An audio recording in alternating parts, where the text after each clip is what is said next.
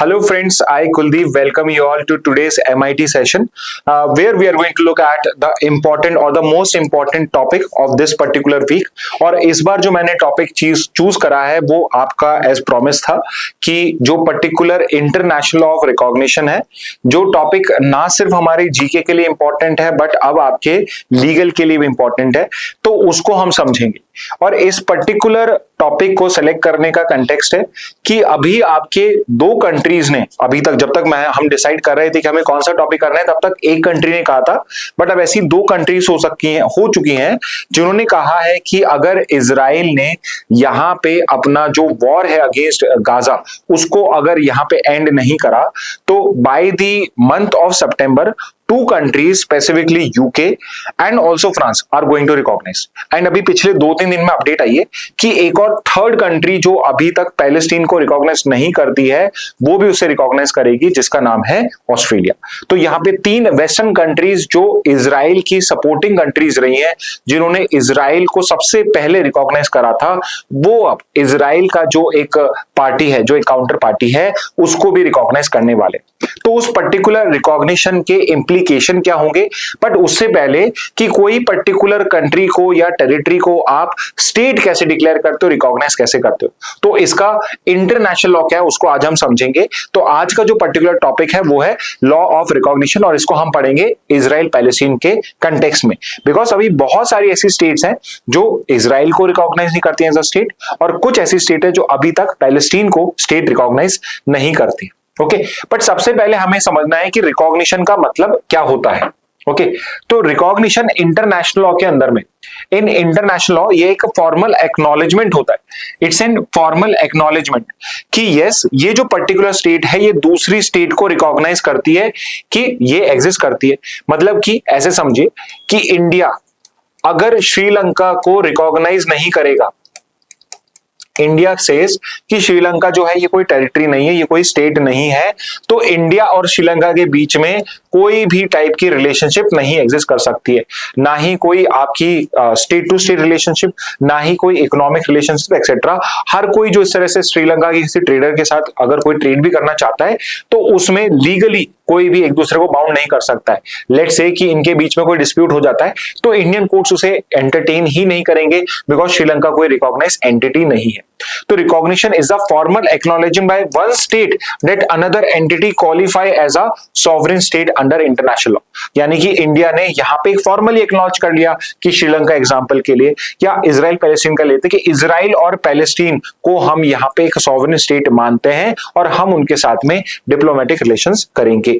Okay, अब ये जो रिकॉग्निशन होता है इंटरनेशनल लॉ में, इसको हम दो पार्ट्स में क्लासिफाई कर सकते हैं। एक तो होता है रिकॉग्निशन डी फैक्टो और एक होता है recognition de jure. Okay, and as a name suggest, it is a recognition by the fact and it is a recognition by law. Obviously in law होगा तो उसकी वैल्यू ज्यादा होगी, बिकॉज लॉ में रिकॉग्नाइज है, यानी दोनों कंट्रीज के राइट्स और ड्यूटीज हो सकते हैं। और डी फैक्टो जो होता है वो सिर्फ फैक्चुअल रिकॉग्निशन है, यानी कि वो सिर्फ प्रैक्टिस में है, वो टेम्पररी है या पार्शियल है। सो इन डी फैक्टो रिकॉग्निशन यहां पे सिर्फ पार्शियल रिकॉग्निशन किया जाता है, बट डी जोर के अंदर में it is in law full और ये फॉर्मल होता है। सो जो डी जोर रिकॉग्निशन होता है ये फुल और फॉर्मल होता है और ये इन लॉ होता है। यानी कि इस रिकॉग्निशन के बाद में there are rights and duties. Rights and duties, यहां पे दोनों पार्टीज एक दूसरे को बाउंड कर सकती है इंटरनेशनल कोर्ट के अंदर में। दोनों कंट्रीज ने अब एक दूसरे के अगेंस्ट में रिस्पॉन्सिबिलिटी लेना स्टार्ट कर दिया। ओके, तो यहां पे ये मतलब होता है रिकॉग्निशन का।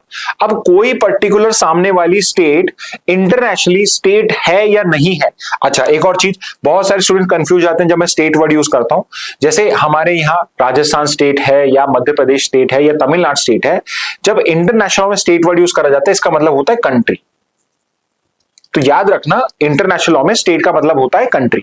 ओके, और यहां पे आपका एक पर्टिकुलर कन्वेंशन है जो हमें एक आइडिया देता है कि अगर किसी पर्टिकुलर कंट्री को स्टेट डिक्लेयर करना है तो उसके लिए उसे कौन कौन सी कंडीशन फुलफिल करनी पड़ेगी।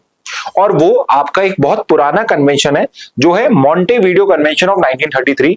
मॉन्टेविडियो के अंदर में इसको साइन किया गया था, इसलिए इसे मॉन्टेविडियो कन्वेंशन कहते हैं 1993 का। और इसके अंदर में स्टेटहुड के क्या क्राइटेरिया होने चाहिए वो डिटरमाइन। अब इंटरेस्टिंगली जो ये मॉन्टेविडियो कन्वेंशन है ये कोई इंटरनेशनल ट्रीटी नहीं है। ऐसा नहीं है कि इसको हम सबको साइन करना था, इंडिया ने इनको साइन किया हो। ऐसा नहीं है कि इनको इंडिया ने या बाकी कंट्री ने साइन किया भी है। मॉन्टेविडियो कन्वेंशन 33 में आपका यूरोप में आया था और यूरोपियन कंट्रीज ने अपने बीच में स्टेटहुड के लिए क्राइटेरिया डिसाइड करा था। बट विद टाइम ऐसा कोई पर्टिकुलर कन्वेंशन ट्रीटी जो आपका यूनिवर्सली फॉलो ना स्टार्ट हो जाता है, तो ऑल दो उसको हमने किसी ट्रीटी में एग्रीमेंट में नहीं लिखा है, वो पार्ट बन जाता है कस्टमरी इंटरनेशनल लॉ का। कस्टमरी इंटरनेशनल लॉ और CIL, again I repeat, customary international law, यानी कि ये एज अ कस्टम एक्सेप्ट किया जा रहा है इंटरनेशनली। ऐसे किसी भी लॉ को जो आपका इंटरनेशनली एक्सेप्ट किया जाता है एज अ कस्टम, उसे हम कस्टमरी इंटरनेशनल लॉ बोलते हैं। ओके, तो मॉन्टेविडियो कन्वेंशन जो है आज वो कस्टमरी इंटरनेशनल लॉ है, यानी कि आप कह सकते हो कि इंटरनेशनली यही स्टेटहुड का क्राइटेरिया। और स्टेटहुड के 4 क्राइटेरिया होते हैं। तो कोई भी अगर टेरिटरी अपने आप को एक इंडिपेंडेंट स्टेट डिक्लेयर करना चाहता है, तो अगर वो 4 क्राइटेरिया फुलफिल करता है तो उसको हम स्टेट डिक्लेयर कर सकते हैं। जिसमें सबसे पहला क्राइटेरिया होता है कि उसकी एक परमानेंट पॉपुलेशन होनी चाहिए। फॉर एग्जाम्पल, ऐसा नहीं है कि अगर लेट्स से कि नेपाल में जो पर्टिकुलर लोग रहते थे, लेट्स से वो पर्टिकुलर लोग जो है वो इंडिया के ही लोग हैं, they are citizens of India, और वो टाइम टू टाइम या नेपाल में वो करते रहते हैं, तो हम ये नहीं कह सकते कि नेपाल में जो पॉपुलेशन है वो परमानेंट है। Okay, it's not a permanent population, ये माइग्रेटिंग पॉपुलेशन है। लेट्स से 6 मंथ्स यहाँ पे रहती है साल में जब गर्मी होती है, और विंटर्स में वो वापस से कहां चले जाते हैं, इंडिया चले जाते हैं। So it would not be a permanent population. तो पहला कंडीशन जो होता है, परमानेंट पॉपुलेशन होनी चाहिए, स्टेबल पॉपुलेशन होनी चाहिए जो वहीं पर ही रहती है। सेकेंड इज कि उसकी टेरिटरी डिफाइंड होनी चाहिए। तो एक ये बहुत इंपॉर्टेंट पॉइंट है कि उसकी जो टेरिटरी है एटलीस्ट उस स्टेट को डिक्लेयर करना है। जैसे कि एग्जांपल के लिए आप यहां समझो, लेट मी रेज इट, आप यहां समझो कि अभी हमारा जम्मू एंड कश्मीर जो है, जम्मू एंड कश्मीर जो है, यहां पे ये वाला रीजन डिस्प्यूटेड, ये इंडिया चाइना में डिस्प्यूटेड है, ये इंडिया और पाकिस्तान में डिस्प्यूटेड है। अब यहां पे इंडिया जो है ये तो नहीं कहता कि ये हमारी टेरिटरी नहीं, इंडिया ने तो अपने मैप्स में ये टेरिटरी डिफाइन करी। सिमिलरली पाकिस्तान ने भी अपने मैप में ये टेरिटरी डिफाइन करी हुई है। यानी कि स्टेटहुड का सेकंड क्राइटेरिया है डिफाइंड आपका टेरिटरी होना चाहिए। वो पॉसिबल है कि वो डिस्प्यूटेड हो। तो पैलेस्टीन को अगर मुझे यहाँ पे डिक्लेयर करना है एज अ टेरिटरी, तो उनकी खुद की एक डिफाइंड टेरिटरी होनी चाहिए कि yes this is my territory. Okay, अब वो डिस्प्यूटेड है जैसे इजराइल के साथ में, वो अलग क्वेश्चन है, बट ये सेकंड कंडीशन पैलेस्टीन भी फुलफिल कर रहा है। थर्ड इज कि वहां पे एक गवर्नमेंट होनी चाहिए। तो वहां पे एक गवर्नमेंट होनी चाहिए। अगेन गवर्नमेंट बोला है, ये नहीं बोला है कि वो डेमोक्रेटिक गवर्नमेंट होनी चाहिए, यानी कि गवर्नमेंट का फॉर्म कुछ भी हो सकता है।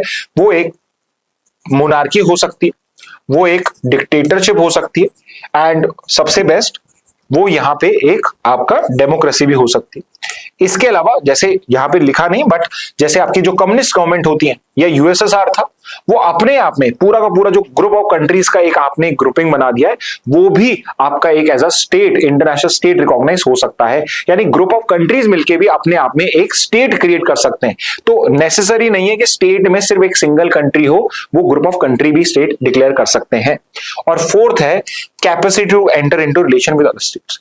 यहां पे वो जो पर्टिकुलर गवर्नमेंट सिस्टम है उसके अंदर में कैपेसिटी होनी चाहिए to enter directly into other states with other states. अब यहां पे इसका पॉइंट का मतलब क्या है, तो आप ऐसे समझिए कि अगर लेट्स से इंडिया जो है वो रिपब्लिक नहीं होता और वो डोमिनियन ऑफ ब्रिटिश इंडिया होता, तो इंडिया के जो पर्टिकुलर लीडर्स हैं वो बाकी स्टेट्स के साथ नहीं करते, ब्रिटेन की जो क्वीन है वो बेसिकली करती।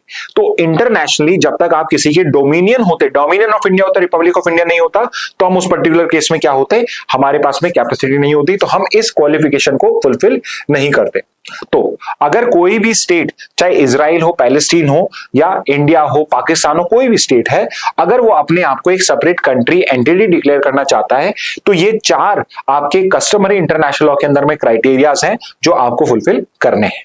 ओके, अब हम आते हैं कि रिकॉग्निशन के मोड्स क्या होते हैं। बिकॉज हमने यहां पढ़ा रिकॉग्निशन डी फैक्टो हो सकता है, बाय द फैक्ट हो सकता है, और डी जोर। अब यहां पे इसको डिफरेंशिएट करना इसलिए जरूरी है बिकॉज डिपेंडिंग ऑन क्या मोड ऑफ रिकॉग्निशन है, जो पार्टीज के राइट्स और ड्यूटीज होते हैं वो डिसाइड होते हैं। जैसे कि पहला है de facto recognition. De facto recognition, और ये प्रोविजनल या फैक्चुअल होता है। तो इसका सबसे अच्छा एग्जांपल है कि इंडिया ने इजराइल को 1950 में ही रिकॉग्नाइज कर लिया था, बट हमारा जो फुल डिप्लोमेटिक रिलेशन है वो 1992 में हुआ था। यानी कि आप एक बार का ये कह सकते हो कि ये डी फैक्टो था कि यस हम रिकॉग्नाइज करते हैं, और ये डी ज्योर था कि हम एक दूसरे को टोटली एक दूसरे से बाउंड करते हैं, हम दोनों के एम्बेसडर्स भी एक्सचेंज करेंगे। इसके अलावा एक बहुत अच्छा एग्जांपल हमारे पास, इंडिया जो है आप कह सकते हैं कि अफगानिस्तान में जो तालिबान है उसको डी फैक्टो रिकॉग्नाइज करता है, डी ज्योर नहीं करता है, बिकॉज हम वहां पे उनके साथ में फुल डिप्लोमेटिक रिलेशन स्टैब्लिश नहीं कर रहे हैं। कब होता है? Granted when a state has essential statehood features but lack stability. तो a very good example would be Taliban की government in Afghanistan. Third is temporary होता है, रिवोकेबल होता है, मे बी कंडीशनल और अनकंडीशनल। तो यानी कि यहां पे आप कंडीशंस लगा सकते हो कि लेट्स से कि आप ये पर्टिकुलर वर्क करोगे या ये आप पर्टिकुलर क्राइटेरिया फुलफिल कर दोगे, जैसे कि आप एक डेमोक्रेटिक इलेक्टेड गवर्नमेंट क्रिएट कर दोगे, तो मैंने कंडीशन लगा दी, और अगर नहीं करते हो तो मैं रिवोक कर दूंगा। ओके, तो इस तरीके से हो सकता है। एग्जाम्पल इजराइल, ताइवान और बांग्लादेश। इसेंशियली जब इनिशियली इनको बनाया गया था, बांग्लादेश के अंदर में भी यह था, बांग्लादेश ने अपनी इंडिपेंडेंस मार्च में डिक्लेयर कर दी थी, बट उसका फाइनल इंडिपेंडेंस हुआ था आपका दिसंबर के अंदर में जाके, बट इंडिया ने उसको डी फैक्टो रिकॉग्नाइज आपका मार्च में ही कर दिया था। Same is the case with Israel also, same is the case with Taiwan also. There are many country जो ताइवान को कंट्री रिकॉग्नाइज नहीं करते हैं, बिकॉज वन ऑफ द, और इंडिया भी ताइवान को as a separate country recognise नहीं करता है। एंड द रीजन इज कि चाइना का है वन चाइना पॉलिसी, जिसके अंदर में चाइना ये कहता है कि अगर कोई भी ताइवान के साथ डिप्लोमेटिक रिलेशन स्टैब्लिश करेगा तो चाइना उसके साथ रिलेशन स्टैब्लिश नहीं करेगा, because there is only one China, और ताइवान अपने आप को रियल चाइना क्लेम करता है। ओके, तो ये ताइवान का भी जो आपका इशू है ये भी एक इंपॉर्टेंट है। दूसरा डी ज्योर रिकॉग्निशन, इसमें ज्यादा समझाने की मतलब नहीं है, यहाँ पे सिंपल ये है कि लीगली और यहाँ पे रिकॉग्नाइज कर लिया और ये फाइनल रिकॉग्निशन होता है। तो पहले यूजुअली कंट्री जब फिगर आउट कर रहे हैं कि यहाँ पे देखते हैं क्या होता है, तब डी फैक्टो देते हैं, जब फाइनल हो जाता है तो डी ज्योर यहाँ पे रिकॉग्निशन दिया जाता है, जब सारी कंडीशन हो गई है और स्टेबिलिटी भी वहां पर अब दिख रही है। परमानेंट होता है और नॉन रिवोकेबल होता है, वैसे नॉन रिवोकेबल भी होता है, बट एक्सेप्शनल केसेस में like in case of war और कॉन्फ्लिक्ट, जैसे कि यहां पे ईरान ने इजराइल को 79 से पहले डी ज्योर रिकॉग्निशन कर रखा था, बट 1979 के अंदर में उसने सारे रिलेशनशिप उससे तोड़ दिए और ईरान ने इजराइल को रिकॉग्नाइज करना बंद कर दिया। ओके, इसको हम आगे बढ़ेंगे, विड्रॉल ऑफ रिकॉग्निशन कहते हैं। तो ये रिवोकेबल वैसे भी हो सकता है। कैन बी गिवन विद और without prior de facto, so not necessary कि आपको डी फैक्टो देना है, यूजुअली डी फैक्टो दिया जाता है, like I give you these examples, but otherwise सीधे डी ज्योर रिकॉग्निशन भी हो सकता है। इसका बहुत अच्छा एग्जांपल है इजराइल पैलेस्टीन में इंडिया का।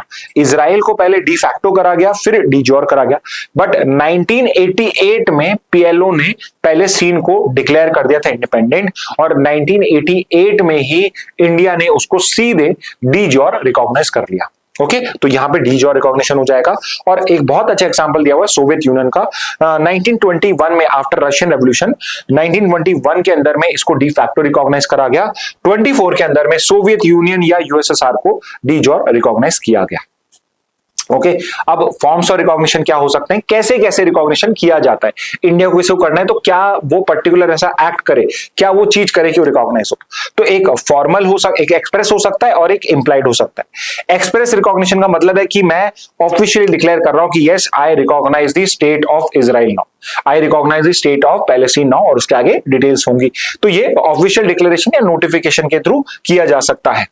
इंप्लाइड रिकॉग्निशन क्या होता है, बाय एन एक्ट, कि फॉर एग्जांपल कि मैंने कहीं पे कोई डिक्लेरेशन नहीं करा है, बट जब इजराइल का प्राइम मिनिस्टर इंडिया को विजिट कर रहा है तो मैं उसको जो स्टेट ऑनर्स होते हैं, जो स्टेट ऑफ जो गेस्ट ऑफ स्टेट गेस्ट होते हैं, उनके लिए जो पर्टिकुलर प्रोसीजर होता है मैं वो फॉलो कर रहा हूं, विच बेसिकली मींस व्हाट, कि मैंने इंप्लाइडली रिकॉग्नाइज करने की yes he is a prime minister of that country. तो लेट्स से कि अगर कोई कंट्री का लीडर आपके पास में आता है और वो डायरेक्टली प्राइम मिनिस्टर के लेवल पे मीटिंग कर रहा है, यानी कि he is also accepted as a leader of that country. Okay, current समझ में आई वाली बात आपको कि इंप्लाइड क्या, आप एक्ट के थ्रू यहां पे रिकॉग्नाइज कर रहे हो, एक्सप्रेस के अंदर में आप लिख के डिक्लेरेशन देके यहां पे रिकॉग्नाइज कर रहे हो। ठीक है, इसके अलावा एक टाइप है अलग टाइप का जिसको बोलते हैं कंडीशनल रिकॉग्निशन। कंडीशनल रिकॉग्निशन होता है कि हम यहाँ पे कोई कंडीशन लगा रहे हैं, जैसे कि अफगानिस्तान के अंदर पे हमने कंडीशन लगा रखी है कि हम तालिबान गवर्नमेंट को या अफगानिस्तान की उस गवर्नमेंट को एक्सेप्ट करेंगे जो ह्यूमन राइट्स को यहां पे रेस्पेक्ट करेगा। तो यहां पे मैंने क्या करा, ह्यूमन राइट्स की कंडीशन लगा दी, या फिर मैंने यहां पे क्या करा, डेमोक्रेसी की कंडीशन लगा दी कि जब तक डेमोक्रेटिक इलेक्शंस नहीं होते हैं तब तक मैं यहां पे करूंगा। हाउएवर इसका क्रिटिसिज्म क्या है कि ये पॉलिटिकली मोटिवेटेड भी हो सकता है, ये पॉलिटिकली मोटिवेटेड भी हो सकता है कि मैं जो कंडीशंस है मेरी ये पॉलिटिकली मोटिवेटेड है। तो इसके ज्यादा बेटर एग्जांपल थे यूएस और यूएसआर के बीच में, कि जो यूएस था वो कम्युनिस्ट स्टेट जो होती थी उनको रिकॉग्नाइज नहीं करता था अनलेस वो डेमोक्रेटिक इलेक्टेड हो जाए, और सिमिलरली यूएसएसआर भी बहुत सारे यूएस की उन फ्रेंडली कंट्रीज को रिकॉग्नाइज नहीं करता था जो कम्युनिस्ट नहीं थी। तो यहां पे आप कंडीशंस लगा सकते हो कि हम तब रिकॉग्नाइज करेंगे जब वो ये कंडीशन फुलफिल करते हैं। ओके तो अगर आपने किसी को रिकॉग्नाइज करा है, दो स्टेट ने रिलेशनशिप स्टैब्लिश करी है, तो वो उसको विड्रॉ भी कर सकती है, और इसको बोलेंगे हम विड्रॉल ऑफ रिकॉग्निशन। और विड्रॉल ऑफ रिकॉग्निशन जो है वो आपका दो टाइप से हो सकता है, अगेन डी फैक्टो और डी ज्योर। तो विड्रॉल ऑफ रिकॉग्निशन अगर डी फैक्टो फैक्चुअल करना है तो कैसे करना होगा, तो मुझे बेसिकली यहां पे करना है एक डिक्लेरेशन या पब्लिक स्टेटमेंट से। अगर मैंने डिक्लेरेशन पब्लिक स्टेटमेंट करा तो उस पर्टिकुलर केस के अंदर में अगर उसके स्टेट रेजिडेंशियल लॉस हो तभी मैं करूंगा, तो उस पर्टिकुलर केस में डी फैक्टो, जैसे कि अफगानिस्तान जो है उसके साथ में हमने करा था। और सेकंड होता है डी जोर, बहुत कम होता है, वेरी रेयर कि इस टाइप से करा जाए, बट अगर यहां पे स्टेटहुड के एसेंशियल लॉस्ट हो जाते हैं तो उस पर्टिकुलर केस में वो ऑटोमेटिकली डी जोर आपका रिकॉग्निशन एंड हो जाता है।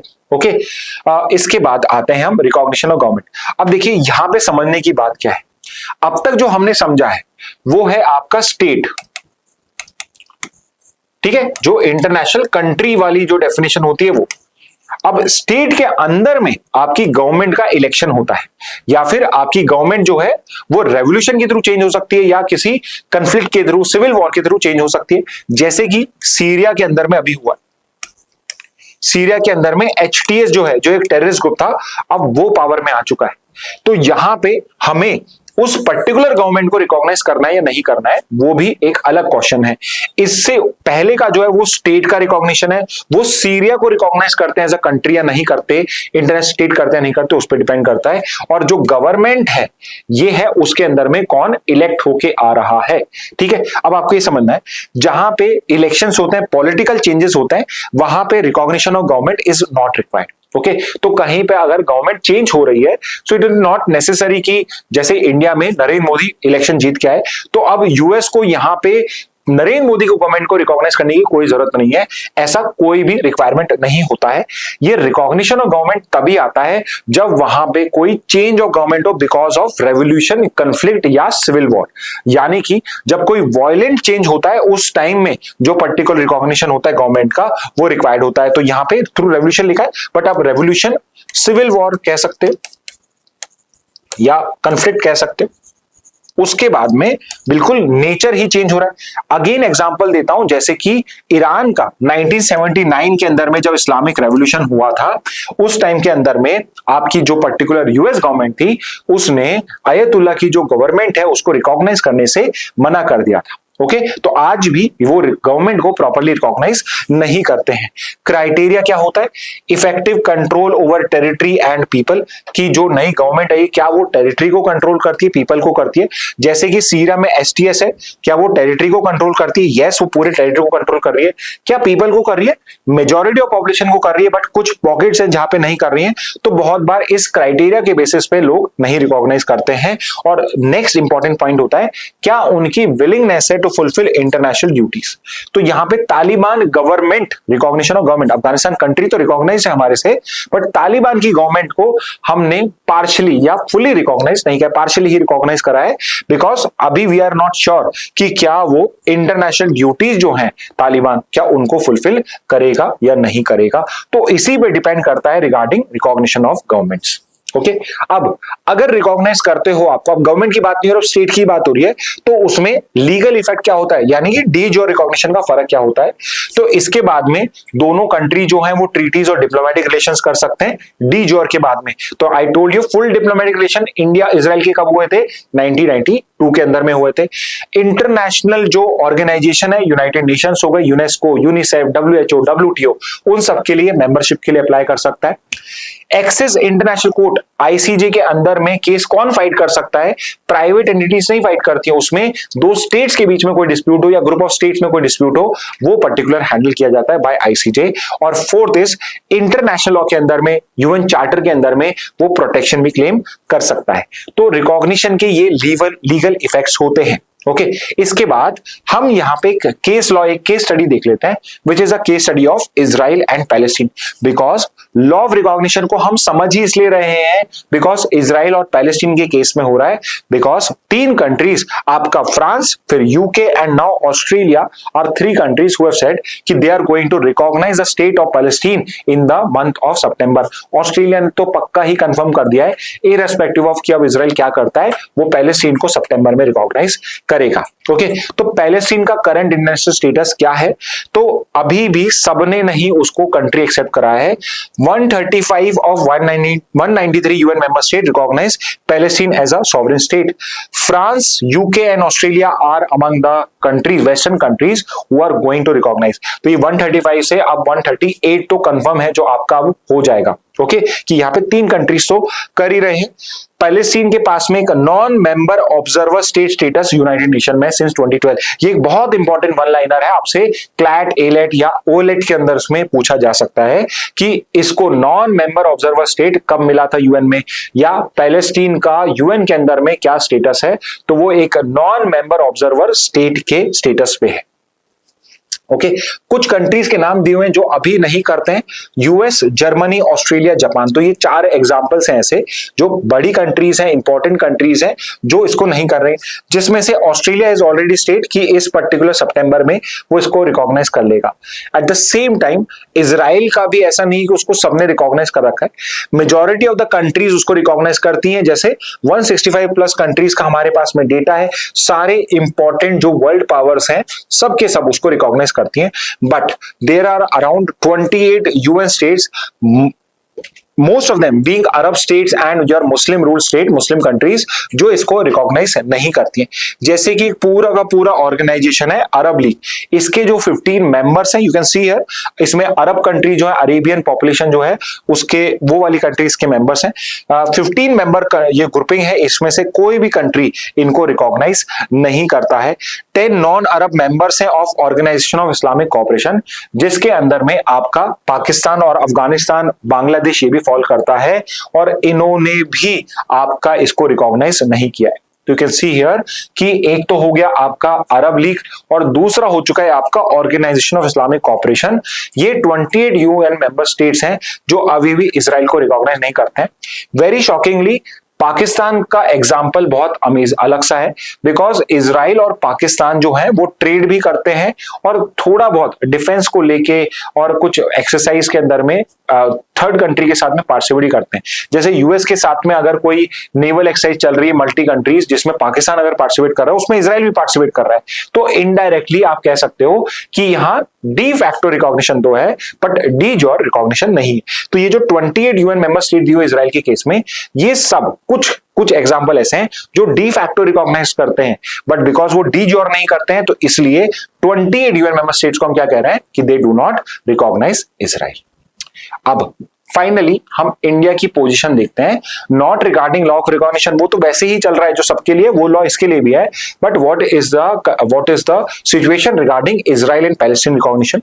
तो I already told you again and again, Israel को रिकॉग्नाइज 1950 में किया था, बट फुल डिप्लोमेटिक रिलेशन 92 में हुए थे। इंडिया ने पैलेस्टीन को 1988 में रिकॉग्नाइज किया था, और उसी टाइम के अंदर में उसने उसको डी जोर रिकॉग्निशन भी दे दिया गया था। और अभी करंटली दोनों इजराइल और पैलेस्टीन के साथ वो अच्छे रिलेशंस रखता है। दोनों को जुरिडिकली मतलब आपका डी जोर रिकॉग्निशन करा जाता है, both to Israel and Palestine, और ये एक 2 स्टेट सॉल्यूशन को भी सपोर्ट करता है। Okay, so this is the India's position with regard to this particular case. Okay okay, तो ये था आपका लॉ ऑफ रिकॉग्निशन का टॉपिक। आई होप आपको ये सेशन अच्छा लगा होगा। अगर अच्छा लगा हो तो give me a thumbs up on this particular चीज, and I would request you कि आप इसको प्लीज शेयर करिए सो दैट ये जो पर्टिकुलर क्लास होती है जो नॉन क्लैट स्टूडेंट्स हैं उनके पास में भी रीच आउट हो सके, because this is a very important topic not just for your CLAT exam but for other exams also. तो आप वहां पर भी इसको शेयर कर सकते हैं। Okay, so with this message, let's end today's session. Thank you and have a very nice day.